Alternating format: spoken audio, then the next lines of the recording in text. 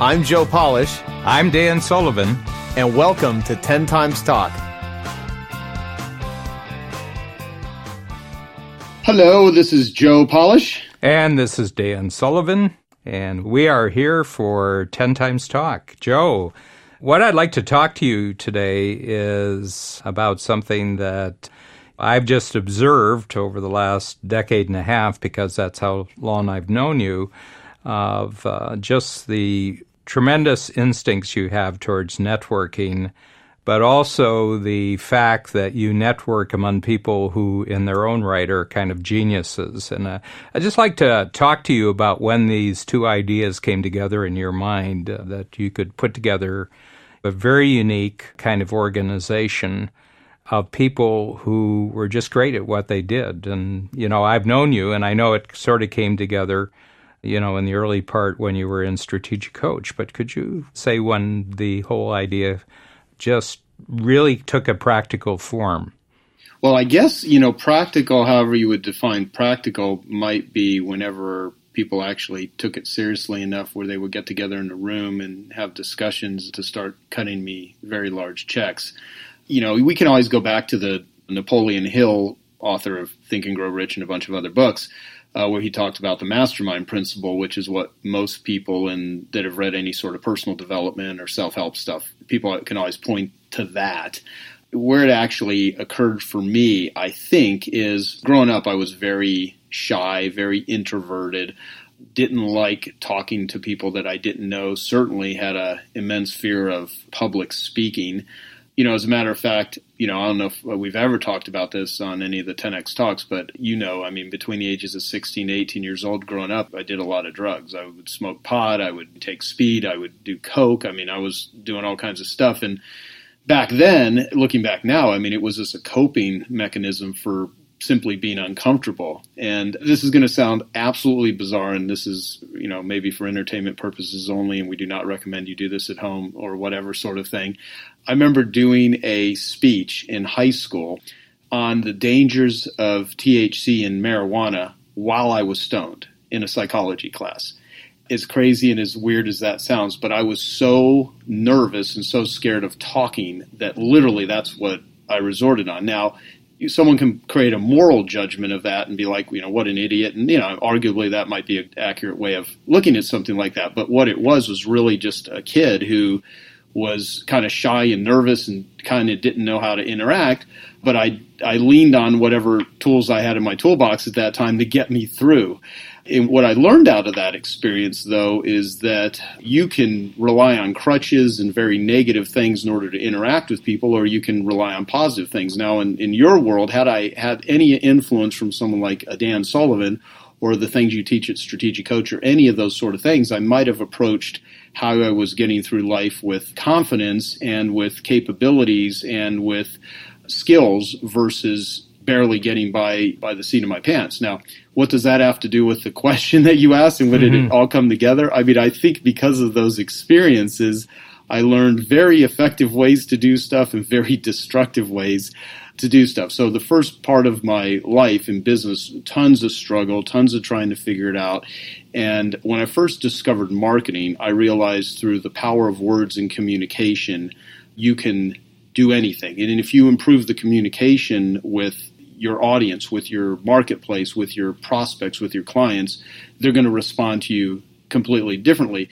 And I met a guy named Dave Kekich back in 1992, he's a guy that's paralyzed from the chest down. To this day, he's still a dear friend of mine. He's 70 years old now, and he had these credos that he wrote after he had become paralyzed in his mid-30s, and one of them was become a communications expert, because becoming a communications expert is going to change everything and how you get what you want in life and how you help other people get what they want.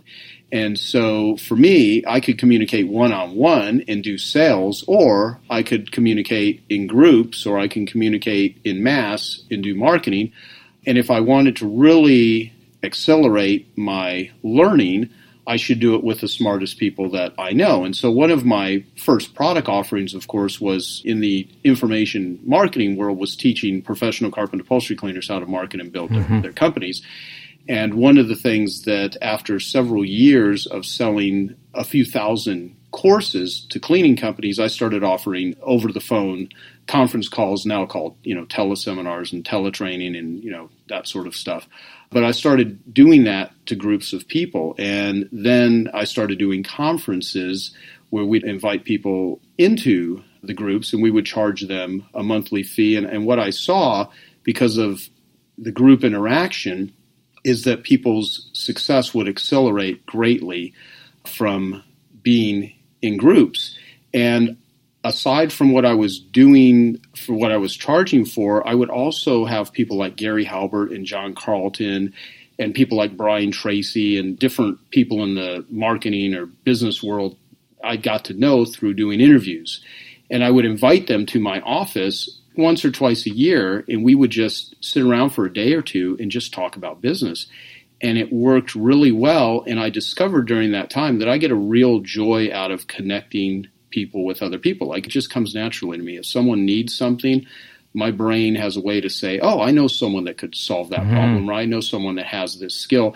And I would just start connecting people. So what I found myself as a matchmaker, but I never had formalized it like I had did with Genius Network, nor did I ever think of Genius Network as a network of incredibly smart people, and that genius networking is actually a skill, and being a genius networker is how one of the ways that I would look at myself or define myself. So that's where I'm now. And of course, Dan, you could ask me one question and I'll ramble for like 30 minutes straight, but I want to stop here. Yeah, but I have to tell you, there's no ums and ahs, and all the sentences are complete sentences, and all the paragraphs are coherent. So, I think people could go on listening forever. But one of the things I want to talk about here is the whole concept of unique ability, because to a certain extent, putting together Genius Networks is your unique ability, but the people who make up your networks are also people who, to an unusual degree, have also focused and developed their unique abilities. And I think it's 10 times putting smart people together, but when you put people together who are 10 times smarter in what they do than anyone else, you get like 100 or 1,000 times the impact. And I've experienced that myself, because I'm just finishing off my 4th year in Genius Network, and I hang around in Strategic Coach with a lot of very, very bright people, very successful, very talented, very ambitious people.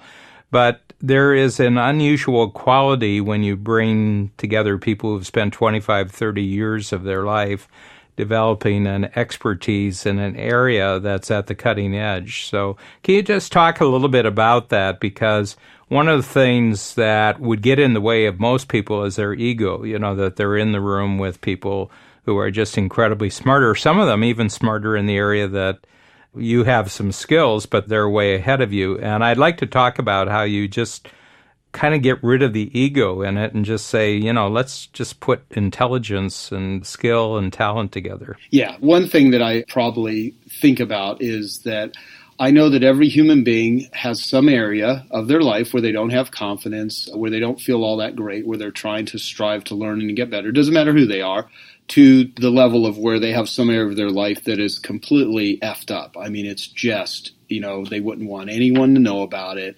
It could be, an addiction. It could be some sort of insecurity. It could be something that they have done that they consider very bad, or that they're a bad person. It could be an insecurity, a self-esteem issue. I mean, there's some level of suffering, or many levels depending on the person.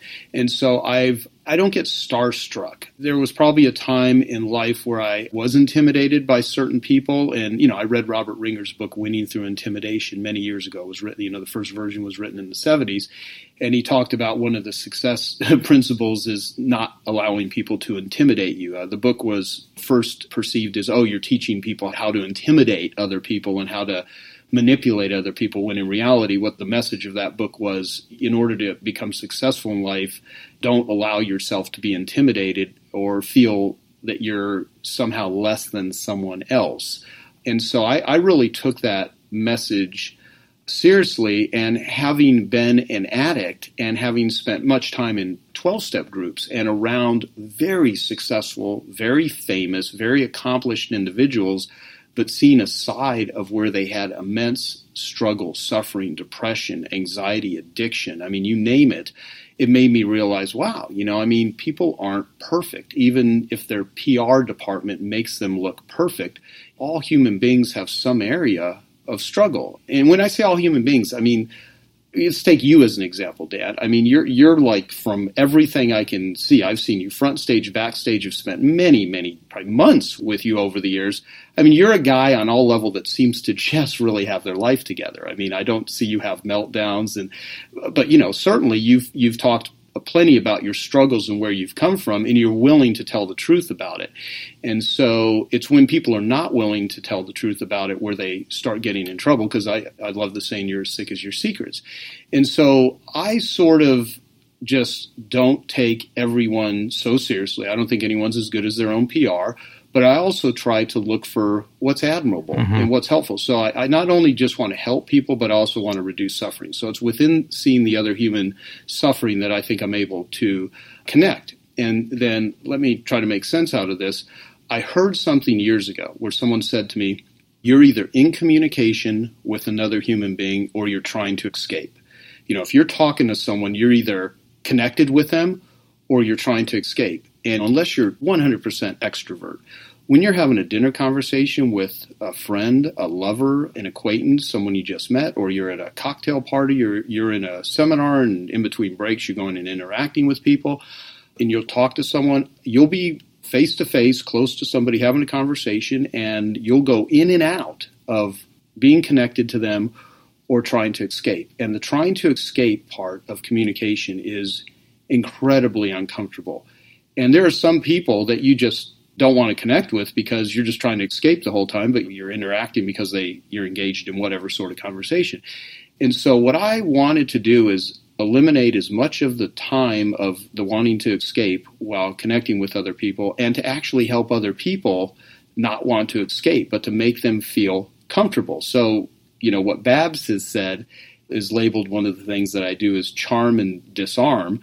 I've always used humor. I've always used some sort of sarcasm, hopefully in a positive way, not a negative way, to charm and disarm and just have people lighten up, because people are so uptight at times. And so I'm just trying to bring humor and rapport into situations so that people are connected, and doing it at a very high level, because the more successful someone is, in a lot of ways, the more sheltered they are, the more shields they have up, the more walls they have up. And if you can help break those down, you're not only going to help an incredibly gifted person, but by helping that person, you're going to help many, many others. That's where the industry transformer, genius networking, sort of comes in. There's just so many topics that have just come out with what you just said, but one of the things that really strikes me is that when people are just feeling very comfortable and they feel very relaxed, there's a phrase, they're just very comfortable in their own skin. My experience is that almost anything that comes out of them, if they're smart and they're good at what they do, it's almost at a genius level. So what I've observed over the years and being around you, because you go to Strategic Coach, but I go to Genius Network, is that you have an extraordinary ability to create a mood and an atmosphere inside of a room where people who are often very, very isolated in their own worlds for any variety of reasons are feeling very, very comfortable just to share the smartest things that they've proved, the smartest things that they've created with other people who have done the same thing. And it's just kind of like a magical environment that you've actually been able to achieve there. And I think we'll have another session where we talk about this, but I know you've identified certain characteristics that you have that make up your unique ability. But that's been my experience of Genius Network, is that you get people at a comfort level that they probably never experience anywhere else and in any other setting in their life. Yeah, thank you. And I'll tell you one way that I actually think about it, because I look at a lot of, as you know, I know some of the top seminar leaders and business buzzwords like thought leaders and people that write books. And I have many clients that are famous in the business world and, on TV all the time and that sort of stuff. And what I really attempt to do is not to be the smartest guy in the room. One of the biggest mistakes that people make if they want to really bring together the brightest people is let those people shine. Let them look better than you. Don't worry about you're running a group or you're running an event. God forbid we're going to have another seminar speaker, if you're running seminars as an example, that is going to do a better talk than you do. I mean, invite people that are more talented and better to you and let them shine. And a big mistake that a lot of people make is they're worried about someone looking better than they are or not being the smartest person. And those people don't really tend to build strong relationships. They may have a lot of business relationships, but they don't have a lot of people that per se respect them for themselves. They may respect what they do in business, but I know incredibly bright, incredibly talented people. And going back to your 4 referability habits, say please and thank you, finish what you start, do what you say you're going to do. Show up on time. Yeah, show up on time. In a lot of ways, part of the saying please and thank you is another way of just acknowledging. What is saying please and thank you? It's acknowledging. And some people won't allow someone else to be their unique ability. That's what's so great about Strategic Coach. Strategic Coach isn't, here's what's wrong with you and how to fix it. Your whole thing is let's look at your strengths. Let's identify your unique abilities and let's create an environment of questions to help you build upon that. That's why a guy like me resonates with it and takes this connection ability, and I can really function well in a room like Strategic Coach because it's all about encouragement and confidence building and reinforcing gifts, many gifts that are so buried because you never get to see them. And some people say they want to see other people excel and get success, but deep down inside, only to a point. They only want to see someone go so far. Mm-hmm. They don't really want to celebrate total success because it threatens them. And I think that comes from maybe a scarcity mindset disguised as an abundance mindset. Mm-hmm. If you take Strategic Coach, mm-hmm. There's a handful of some of the best trainers in the world that have joined Strategic Coach, many that I've referred into it. And there's a lot of people that they won't go to Strategic Coach because they're worried that, they're brighter than that. And what it is it's a real fear of that they might find out that they're not as smart as all of their followers think they are or how they position themselves to be. And what I just try to say is, give up all that bullshit. Everyone's at the end of it all is trying to get better in life. And if you're really trying to get better, let go of your ego. Your ego is the biggest killer of all success, even if it's taking you up to a certain point. So what I just try to do is take egomaniacs and bust on them and insult them a little bit and make them realize that, quit taking yourself so damn seriously and be chummy. If there was a word that I could say, if it's probably not even a real word, but just being chummy with each other and creating a really fun, inviting environment for people just to put down the shield, put down the nonsense to whatever degree we can. Well, the interesting thing is, our topic here is things that take us 10 times. But I'm just thinking of, our friend Peter Diamandis with his amazing impact on the technological and the scientific world, where he brings together incredibly bright people with some of the most powerful technologies in the world, that really the most powerful force in the world is just the unique ability of one person cooperating and creating with the unique ability of another person. There's powerful technologies, but I always feel that humanity is infinitely more powerful and infinitely more intelligent than the smartest technologies. So it seems to me that, Joe, that you've done this simply because you've gone through, a process of very painful learning and came out the other side of it, and you came out with this notion, I'm just going to be about connecting, and I'm not going to be about escaping, and I'm going to give everybody else that I meet the opportunity to do the same thing. But literally what you do in an official organization, which is called Genius Network, actually any human being can do that just through the connections and relationships that they already have. They don't have to go far afield to bring out the best in other people. Yeah, and I have a thing on my wall from Hugh MacLeod, the artist. I had a bunch of artwork done by Hugh, and it says, where can the smallest change make the biggest difference? Yeah. And it doesn't require that much more effort to be a little more useful or to take that extra step or to just do the things that most people are not willing to do. So many people are sheltered and worried and they don't want to give. And I believe the word ask is the most important question, but it's not just asking. It's not asking from an entitlement place. It's just simply being able to be as useful and curious as humanly possible. And, I've just been completely curious. I want to know what people want. I want to know why they tick. I want to know what's funny to them. I want to know what drives them nuts.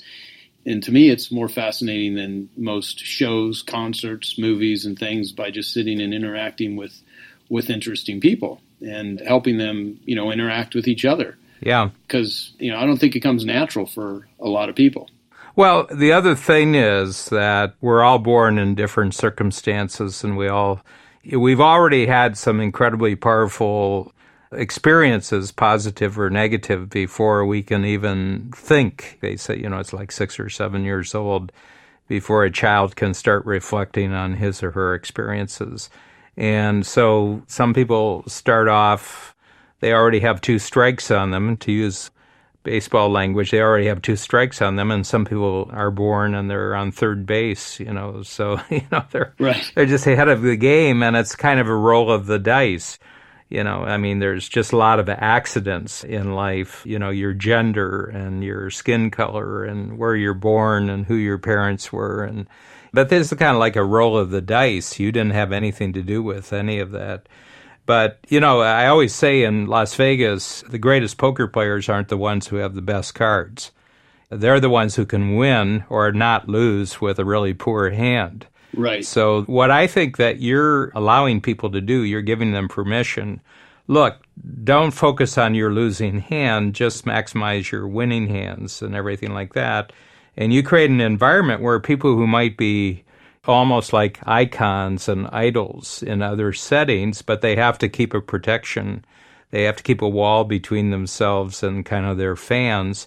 You allow them to come to a setting where they don't have to do any of that. They're allowed to check all that at the door and come in and say, okay, I'm just really, really interested in what you're doing, and I'm doing this really interesting thing. And that's where I see the 10 times happening. And every year you've got this big conference. Your next one is at Pelican Hill in August in California. And every year that you have this big annual conference, it just gets better and better. One year I think, geez, he can't top that, but each next year it's a lot better, and it's almost like 10 times better.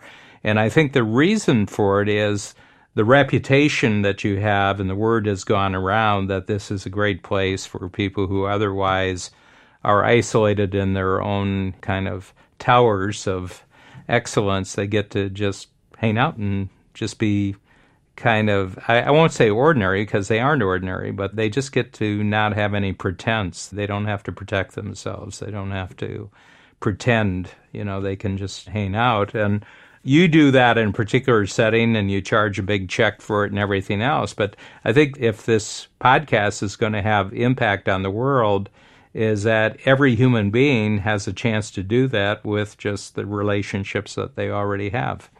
Totally. And to take this into how does this apply to growing 10 times? To use your poker analogy, my friend Dave Kekich has one of the credos has the term, you got to play it where it lies. Mm-hmm. And that could be used for golf. It could be used for cards. It could be used for, whatever you have in your life right now. That's what you got.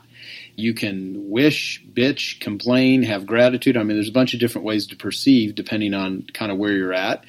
And the fact is, you're going to play it where it lies. So if you increased your focus on being generous or being useful by 5%, just literally 5% over the next month. We're not talking 100%. We're not talking 50%. We're not talking 3 times more. We're talking a measly 5%, 1 out of 20, just this tiny little bit of increasing your generosity or increasing your focus. What would that do for your life? What would that do for your attitude? What would that do for your clients? What would that do for your team? What would that do for your relationships? And so that's a really mind-expanding sort of question to ponder. And you could apply little improvements in all areas, going back to the little hinges swing big doors.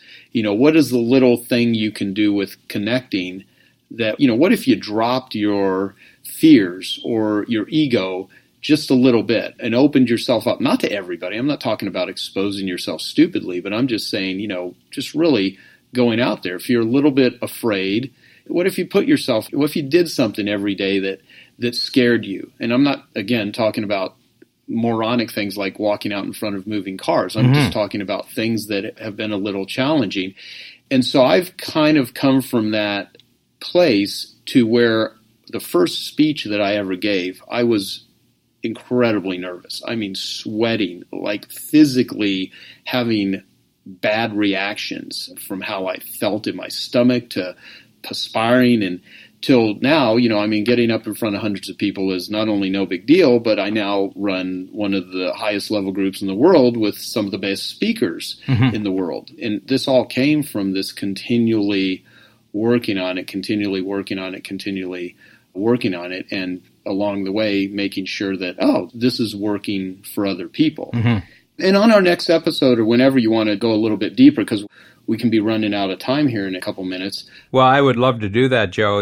I speak a lot too. So I do, formal workshop sessions for a coach, and then I do marketing sessions and I do speeches. So probably in the course of the year, whether it's live or it's over the phone or it's video or everything else, I probably do 100 public performances. And people say, do you get scared? And I said, every time I'm scared. And they say, well, you've been doing it for 30 years. Why are you scared?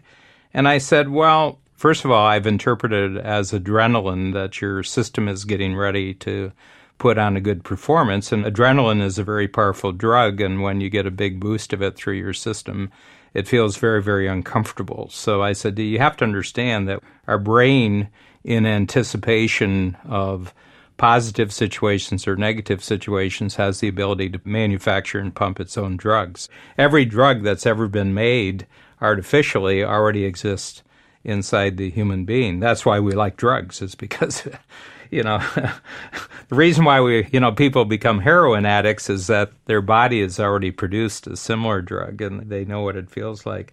But the big thing I tell people, I said, I've discovered about public speaking that there's only two kinds of people in the world. There's people who are really scared of speaking in public and they don't speak. And then there's another group of people who are really scared of speaking and they do speak. And I said, that's the only difference. They're both scared. It's just one of them, in spite of their fear, they go ahead and speak. And I said, that's true about public speaking, but that's true in any area of achievement or endeavor forward. We're all scared. But scared is just the natural reaction of the human system to new situations that it hasn't been in before. And if you can get comfortable and you can treat that as normal, boy, there's almost no limit to the amount of progress that you can make. And I'm sure when you first started your Genius Network thing that you're talking to someone whose reputation was a lot bigger than yours, their reach in terms of their communication was a lot bigger than yours. And, you might have experienced scare, but you went ahead and did it anyway. Yeah, exactly. Because at the end of the day, what's the alternative? It's kind of like one of your things. You can be an observer in life and you can watch other people do what they do, or you can be a participant. And there's just a lot more rewards by being a participant. And that old book by Susan Jeffers, Feel the Fear and Do It Anyway. Yeah. One thing that I would always tell myself early on when I was really young, and I was so definitely afraid of, asking women out, to speaking in public, to interacting with people, because I had these ridiculous perceptions in my head and worries that were so much, like I'm going to be horribly rejected and completely embarrassed. And I really had crippling anxiety with interacting with people. And I just, just a little bit every day, like the 5% thing. See, if you just take things one bite at a time, one step at a time, what seems so difficult, you can actually accomplish. One of the things that stalls people from doing it is they just make it up to be so much bigger. And, I got in my head, you don't have to feel great about something in order to get it done. It's your whole story about courage versus fear, when you were in the Army, which we can talk about that at a later time. It'll be like a cliffhanger for people. Yeah, well, I say courage is what takes over when you don't have confidence. A lot of people say, well, he was really confident. I said, no, he wasn't. He was courageous. He didn't have any confidence, but he went ahead and did it anyway. I said that there's a line that you come to when confidence runs out, and what has to take over on the other side of the line is courage. Yes, exactly. And so let me say this to wrap up for this episode, just to give someone some action steps. If this, hopefully what I've shared has translated into some usable action. As crazy as this may sound, if you are married, man or woman, buy your spouse, your partner, if you're not, if you have a love relationship, flowers, if it makes sense. If it's not flowers, something else that your partner would really like. And get a really nice card and just say one or two things that you're really grateful for your partner about. Even if you're mad at them right now, do it anyway because it'll make you feel better about them, just to acknowledge them. And if you don't have a love relationship or, if you have a child, do it with one of your children. If you have a great team member, do it with one of your team members. Pick whoever would be an ideal person. By hearing this episode today, go and pick up some flowers, pick up a card or anything, and just really acknowledge someone and use that as a metaphor to where, what if you did that once a week, but you did it with not just one person, but you did it with maybe three? And what if you automated that process and you started thinking of this as a marketing methodology of how you connect and how you acknowledge people? You will see people really feeling good. And when you make other people feel good, you feel good. Mm-hmm. Because at the end of the day, if you're not getting that sort of feedback, if you're not seeing how your actions can put a smile on someone's face, how it could bring some sunshine into many people's lives that really don't have a lot because they haven't learned how to use their head, start doing it. Be a fountain, not a drain, because we live in a world where there's a lot of drains, and you want to be that fountain. You want to be the person that goes around and does that as best you can. I have my own unique ways of doing it. Everyone doesn't have to do it quite like I do, and I'll talk about some of the ways that I do it on the next episode or a future episode, but that's what I would suggest doing. Do some sort of little form of acknowledgement. And you, Dan, you're superb at that. Your company is superb at that stuff. So anyway, that would be my takeaway from here. Yeah, well, Joe, I just want to get in a word and then we can wrap up. But I want to say is a lot of people think that 10 times growth in business is really some sort of technical formula, or it's a computer formula, what is called an algorithm, or it's a set of techniques. But it's actually being a human being at the most fundamental level of just telling the truth about yourself and telling the truth about others. And that's really, really where the exponential growth really comes from. I mean, you get sophisticated as you get experience and you package yourself in really great ways. But really, I'd like to get across to people that the business marketplace is so interesting to me just because of the fundamental humanity that's required to really move forward. Yeah, totally. Awesome. Well, thank you, Dan. And to all our listeners, please share your comments at 10xtalk.com. And if you've got anything you want to add to this conversation or something that you do, any suggestions for future episodes, let us know. And we are here to help you grow 10 times. So that's it. Have a good day. Okay, bye.